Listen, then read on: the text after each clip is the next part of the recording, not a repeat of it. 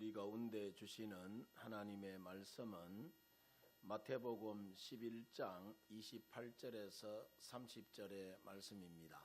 마태복음 11장 28절에서 30절의 말씀, 저와 여러분들이 다 함께 같이 합독하는 가운데 하나님의 음성을 들으시기를 바랍니다. 다 같이 시작. 수고하고 무거운 짐진 자들아, 다 내게로 오라. 내가 너희를 쉬게 하리라. 나는 마음이 온유하고 겸손하니 나의 멍에를 메고 내게 배우라. 그리하면 너희 마음이 쉼을 얻으리니 이는 내 멍에는 쉽고 내 짐은 가벼움이니라 하시니라. 아멘. 오늘도 함께 이 예배의 자리에 나오신 우리 성도 여러분들 모두에게 하나님의 크고 놀라우신 은혜와 또 사랑이 은총이 늘 넘쳐나기를 바랍니다.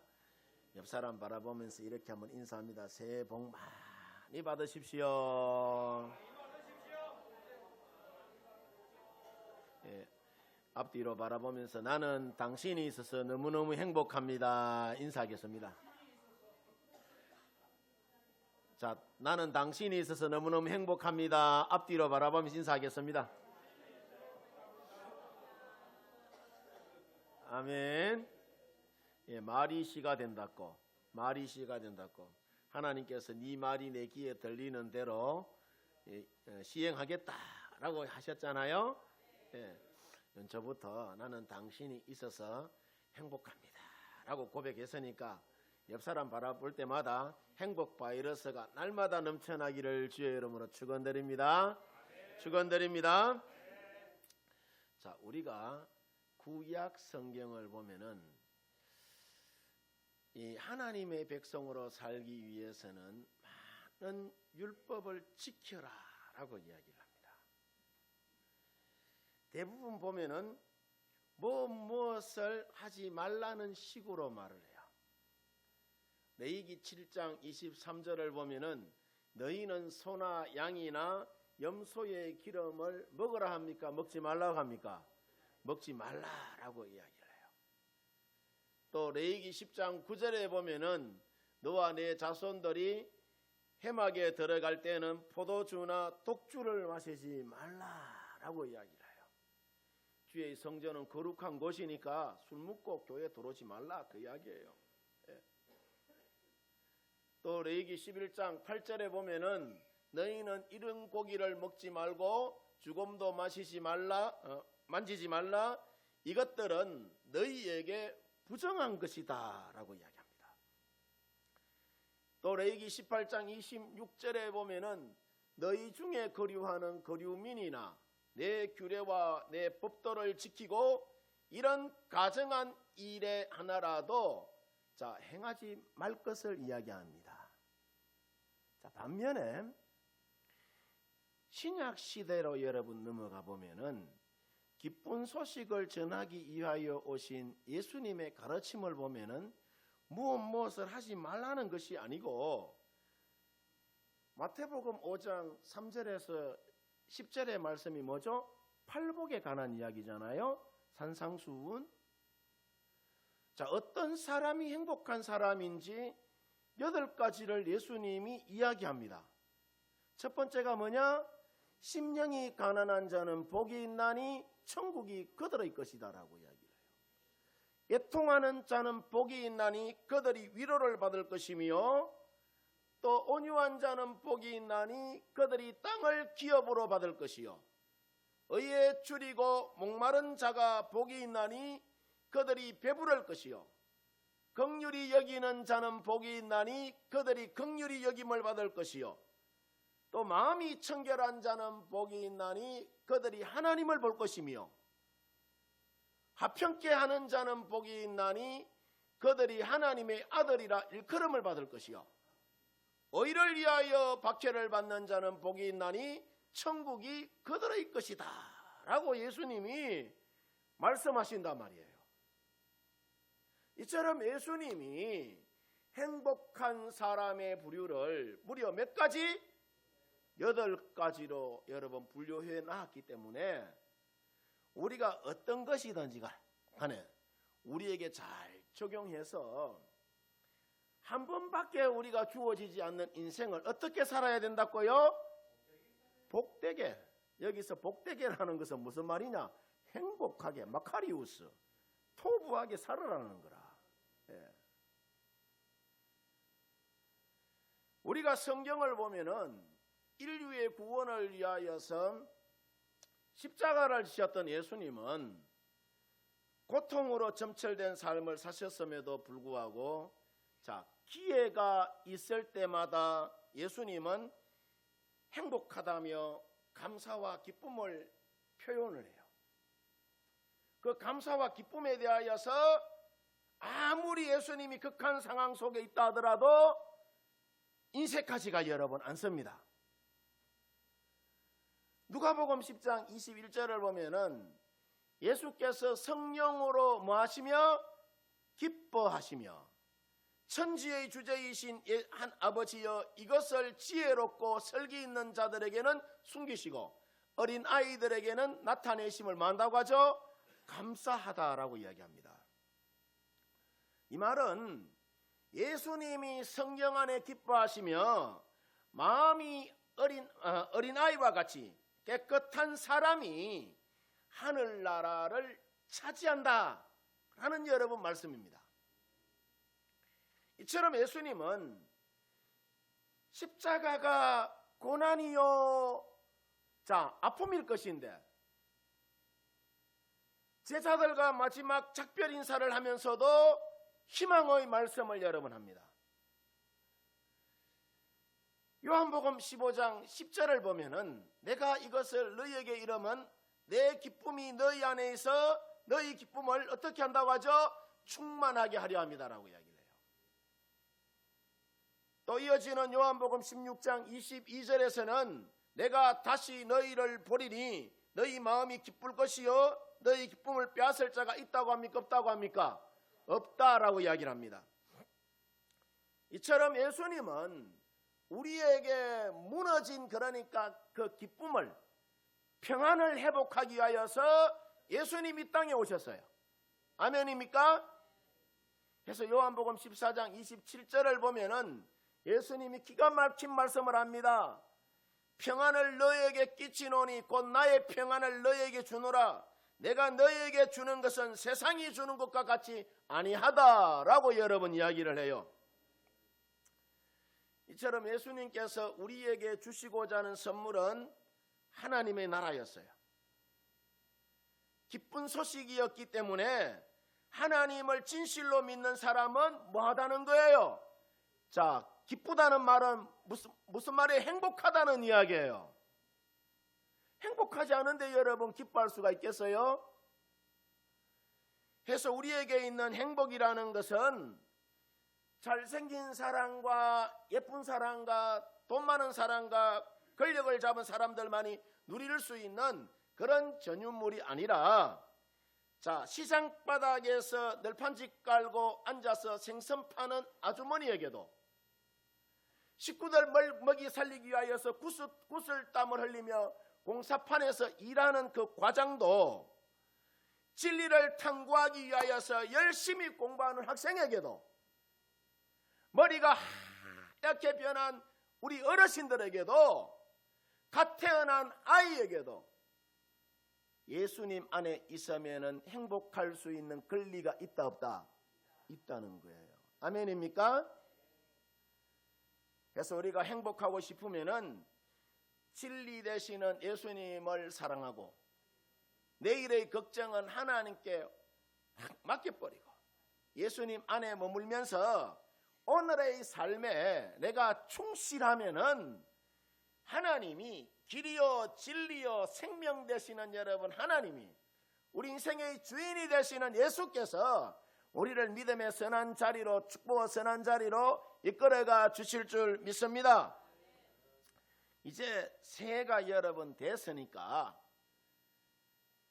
죽을 때 여러분 돌아가실 때 가지고 가지도 못할 재물에 대하여서는 욕심 요만치만 부리고 조금만 부리고 영 없으면 또 안 되니까. 예.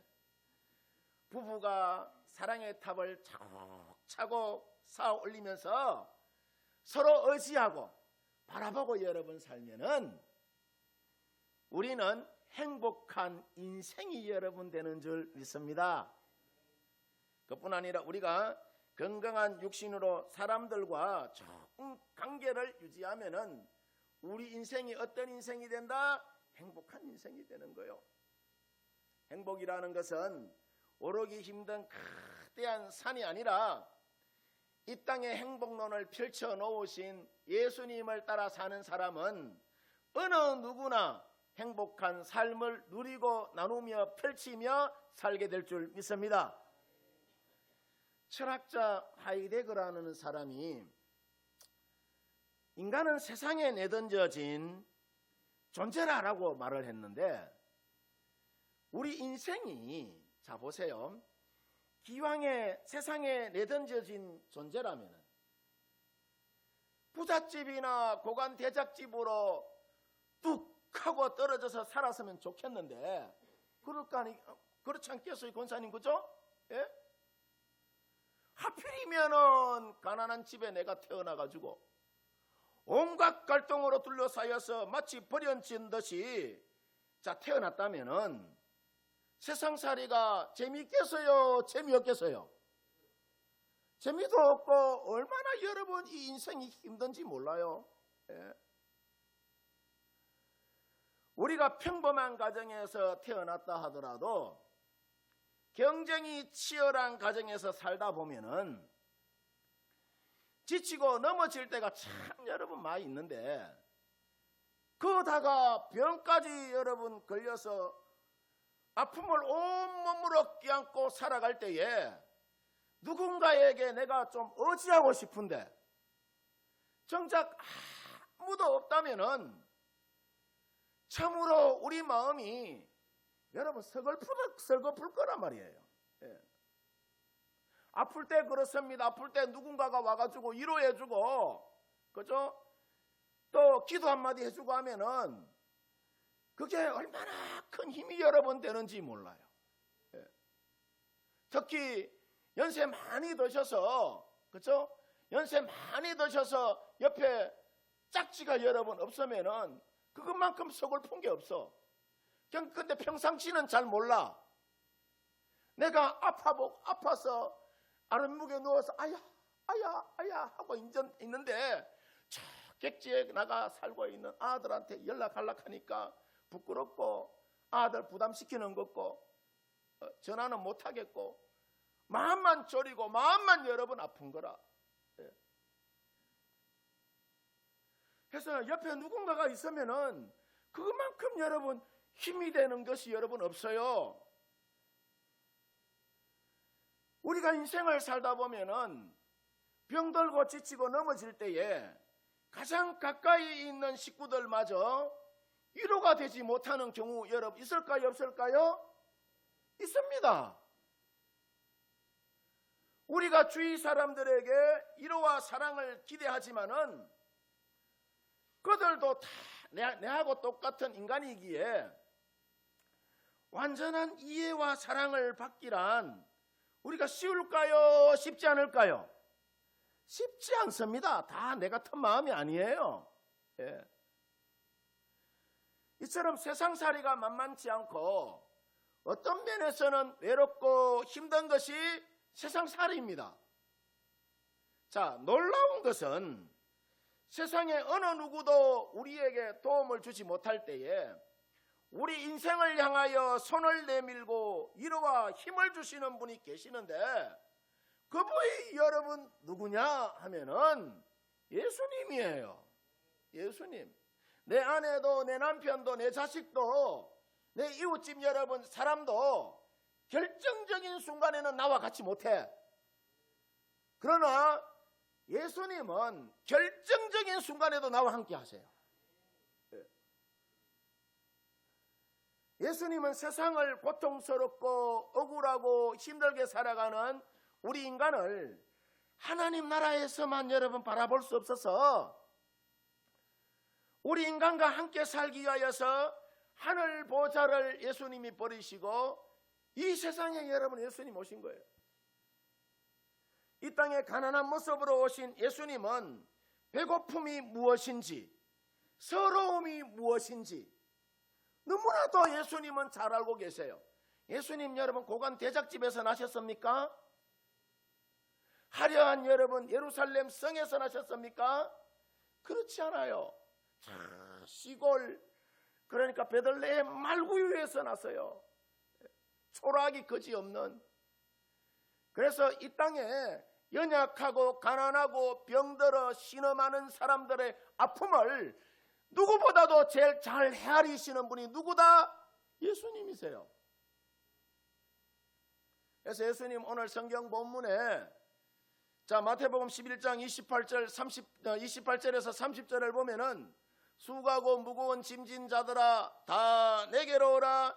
내가 너희를 쉬게 하리라. 나는 마음이 온유하고 겸손하니 나의 멍에를 메고 내게 배우라 라고 이야기를 해요. 그리하면은 너희 마음에 뭘 얻는다고요? 쉼을 얻으리니 이는 내 멍에는 쉽고 내 짐은 가벼움이다 라고 이야기를 합니다. 1세기 예수님을 만난 사람들이 대체로 어떤 분류의 사람들이냐 하면은 대부분 보면은 배우지 못한 사람들이고 바다에서 거칠게 일하는 어부들과 또 몸이 불편한 불구자들과 귀신이 들려서 정신적으로 고통을 받고 또 버림받은 거리의 여러분 여인들이었어요.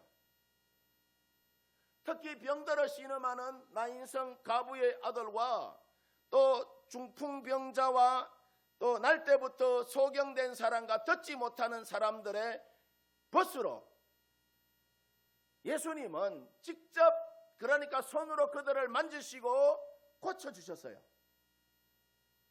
당시 가난한 사람들에게 기쁜 소식을 전하고 억울하게 붙잡혀간 사람들에게 해방을 선포하고 눈먼이를 다시 보게 하고 억압받는 이를 위하여서 예수님이 이 세상에 여러분 오신 것이다 말이죠. 마가복음 3장을 보면은 예수님이 안식일에 손 마른 사람을 고친 이야기가 나옵니다. 대체로 여러분 보세요. 사람들을 우리가 보면은 내 몸에 장애가 있으면은 사람들이 많이 모인 곳에 나가고 싶을까요? 나가기 싫을까요? 사람들이 많이 모인 곳에 나간다는 것이 쉽지 않아요. 내 몸에 장애가 있으면. 마가복음 3장에 나오는 손이 오그라든 사람, 여기서 손 마른 사람이라고 하는데 그냥 손이 오그라든 사람이에요. 이 손이 오그라든 사람도 자신의 장애가 부끄럽고 창피해서 그런지는 몰라도 사람들 앞에 당당히 여러분 나서지 못합니다. 해서 손이 오그라든 사람은 안식일법이 무서워서 안식일을 기억하여 거룩히 지키라라고 이야기하잖아요. 해당에는 나가야 되겠고 예배당에 나가서 예배는 드려야 되겠고 사람들의 눈에 띌까봐 이분이 언제나 해당에 가도 한가운데 서지 못하고 온갖 서러움 속에서 한쪽 깃이 여러분 쫙 구석에 앉아있다가 예배만 끝나고 집으로 돌아가고 그렇게 살았단 말이에요. 이런 사람에게 어느 날 예수님이 해당 한가운데로 나오라라고 이야기를 해요. 그를 만나서. 그러자 유대인들이 이것을 보고 당황해하며 놀랍니다. 지금까지 해당 한가운데는 흠이 없는 정결한 사람들만 서서 말하는 거룩한 장소라고 그렇게 믿었던 이 유대인들인데 예수님이 손이 오그라든 사람과 함께 있는 그 모습을 보고 유대인들이 참으로 불쾌하고 거북하게 여러분 여겨요. 그래서 예수님이 이 유대인들의 이와 같은 모습을 바라보고 예수님이 뭐라고 이야기하죠? 분노합니다. 분노. 마가복음 3장 4절을 보면은 자 뭐라고 이야기하느냐? 안식일에 선을 행하는 것과 악을 행하는 것, 생명을 구하는 것과 죽이는 것 어느 것이 옳으냐 하시니 그들이 뭐했다고 하죠? 잠잠했다라고 이야기합니다. 잠잠했다. 아멘입니까? 여러분, 우리가 교회에서 잘 들으시기를 바랍니다. 교회에서 옳고 그름을 여러분 따지는 곳이 아니에요. 교회는 영혼 살리고 영혼 복되게 하는 거예요. 영혼 살리고 영혼 복되게 하기 위하여서는 여러분, 요즘 우리나라가 이념이 갈리가지고 나라가 두동강 날파이라. 국민을 위해서는 여러분 나라가 하나가 되어야 돼요. 영혼 살리고 영혼 복되게 하기 위하여서는 교회에서는 어떤 경우라도 다툼이 분쟁이 있으면 안 돼. 아멘입니까? 이런 사람도 저런 사람도 하나님은 다 필요로 하세요. 합력하여서 선을 이루어 나가는 곳이 어디다? 예배당이에요. 예배당. 자, 손이 오그라든 사람을 향하여서 멸시하고 조롱하는 그 사람들을 향하여서 예수님이 막무락합니다. 예. 잠잠하라라고 이야기를 해요. 어쩌면 이 상황에서 손이 오그라든 사람은 자 생각하기를 내가 불구자라고 너희들이 나를 왜 무시하느냐 하면서 세상 사람들에게 이 유대인들에게 항변하며 따지고 싶은 마음이 여러분 이 마음속 그 마음속 있었을까요? 없었을까요? 100번이고 1000번이고 여러분 있고 싶겠죠. 언제나 멸시당하면서 살아왔는데. 자, 그러나 감히 그렇게 말할 수 없는 여러분 그런 상황이에요. 당시 여러분 병이 깊은 사람들은 어떤 생각을 갖고 있었냐면은 자신이 몹쓸 죄를 저질러서 아픈 것 같고 내가 하나님께 죄를 지어서 내 몸에 나쁜 병이 생겼다라고 그렇게 여겼기 때문에 사람들에게 당당히 나서지도 못하고 이런 상황에서 이 손이 오그라든 사람이 자신을 멸시하고 조롱하는 그 유대인들을 향하여서 화낼 수 있는 그런 상황이 여러분 아니에요. 우리도 여러분 옛날에 우리 어른들 말이죠. 그런 생각하면서 살았잖아요. 집에 우환이 있거나 집에 누가 아픈 사람이 있으면은 아이고 내가 뭔 죄가 많아가지고 뭐 이렇게 여러분 푸념을 내려놓잖아요. 그런 것도 아닌데 오히려 여러분 이 손이 오그라든 사람은 겉옷을 뒤집어 쓰고 나는 죄인이요 하며 소리를 지르고 그렇게 여러분 다녀야 했어요. 자, 근데 오늘 성경을 보면은 놀라운 것이 뭐냐? 예수님이 손이 오그라든 사람의 그 편을 들어주세요. 그 사람을 대신하여서 유대인들에게 화를 여러분 냅니다. 이처럼 예수님은 손이 오그라든 사람을 변호해 주시고 심지어는 분노까지 하며 이 유대인들에게 이놈들 하면서 대신 화를 내줘요. 이것을 여러분 바라본 이 손이 오그라든 사람의 마음이 어땠을 것 같아요? 아마 너무나도 기분이 좋고 통쾌하지 여러분 않았을까요? 예? 이것은 저와 여러분들도 마찬가지입니다. 예수님이 우리를 대신해서 화를 내주시고 우리의 가슴 속 깊이 사무친 이 이야기를 들어주시고 또 대신 말해주는 예수님이 계시기 때문에 세상 사람들이 믿음으로 사는 우리에게 자 조롱하고 멸시해도 우리가 슬퍼하지 않고 세상 가운데에 당당하게 우리가 살아갈 수 있는 줄 믿습니다. 마가복음 5장 21절 이하에 보면은 해당장 야이로의 딸이 죽어가는 장면이 나옵니다. 당시 해당장이라고 하면은 종교적인 면에서 절대적인 권력자예요, 이분이. 당시 해당장은 종교적인 것뿐만 아니라 사회적이고 윤리적이고 교육적인 면에서도 다들 해당장의 그 책임 아래에 있었어요. 심지어는 재판까지 해당에서 이루어졌기 때문에 해당장의 여러분 딸이라고 하면은 그러니까 귀한 대접을 받았을까요? 받지 않았을까요? 귀한 대접을 받고 살아온 사람이 바로 이 해당장의 딸이에요. 모든 여러분 정치, 경제, 사회, 문화 모든 권력의 중심이 어디 있었느냐? 해당을 중심으로 해서 이루어졌기 때문이에요. 그런데 이 이야기 중간에 자, 당시 보잘것없고 비참하고 초라하게 사는 한 여인의 이야기가 등장합니다. 이 사람의 직업이 뭔지는 모르겠지만은 12년 동안 혈유병을 앓고 있는 하혈하는 여인이에요.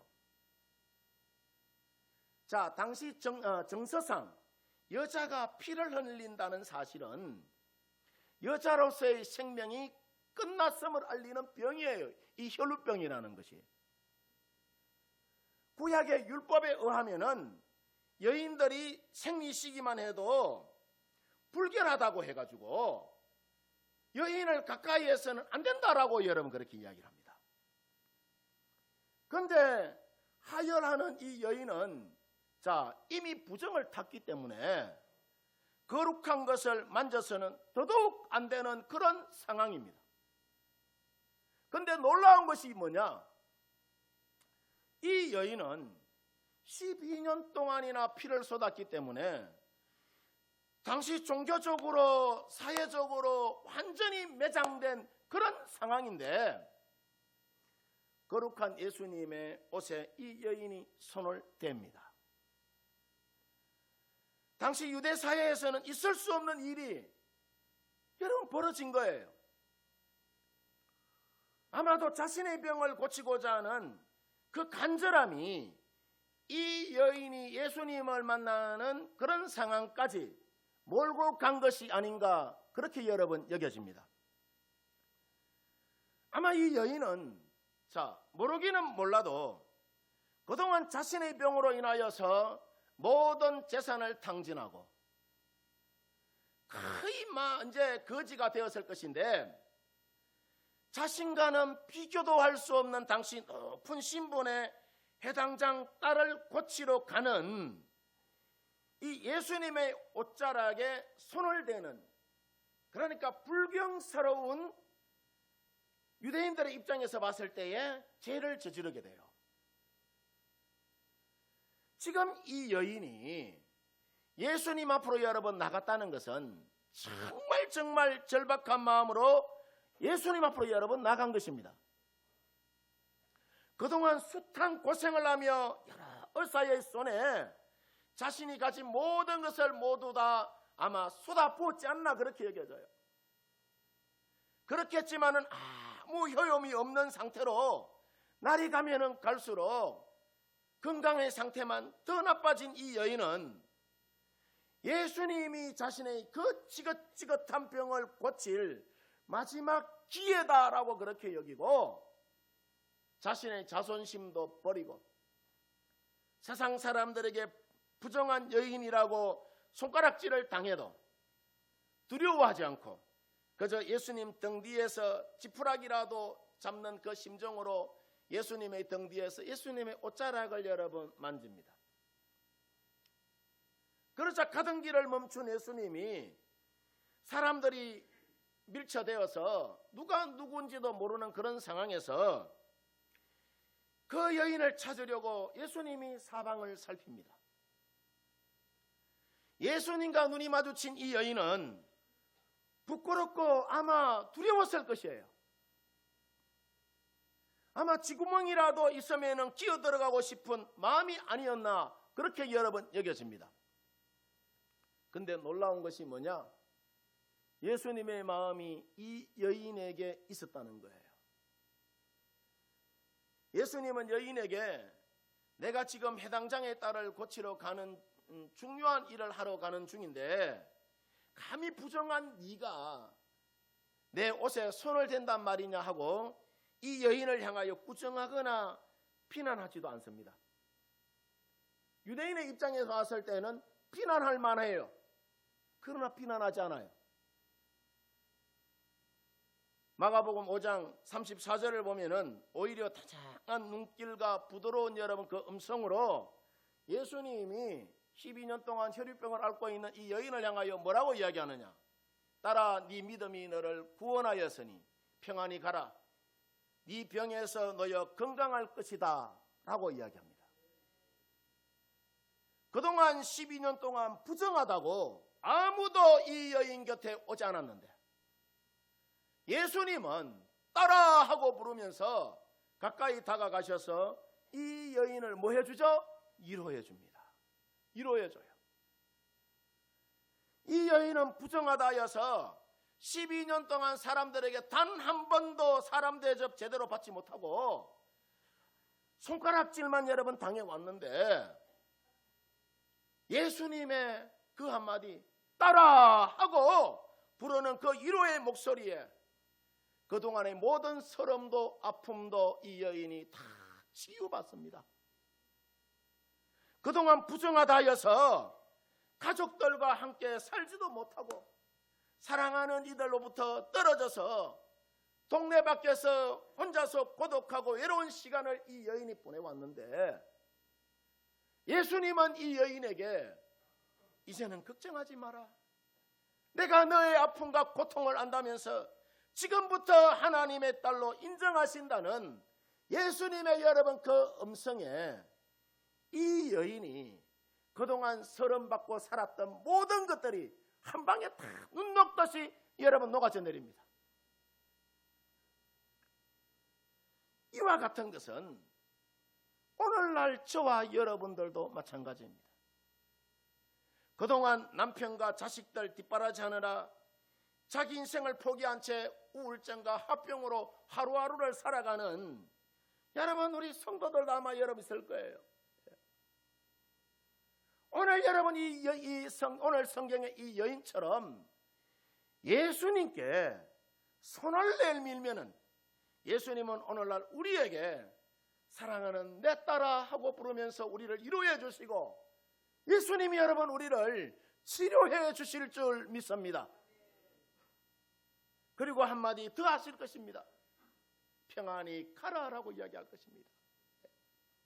이처럼 우리가 언제나 우리를 향하여 주목해서 봐주시고 나 대신 세상의 모든 질병도 아픔도 저주도 대적도 물리쳐 주시는 그 예수님 의지하여서 우리가 살면은 예수님은 모든 질병과 아픔과 저주로부터 우리로 하여금 고침받게 해 주실 줄 믿습니다.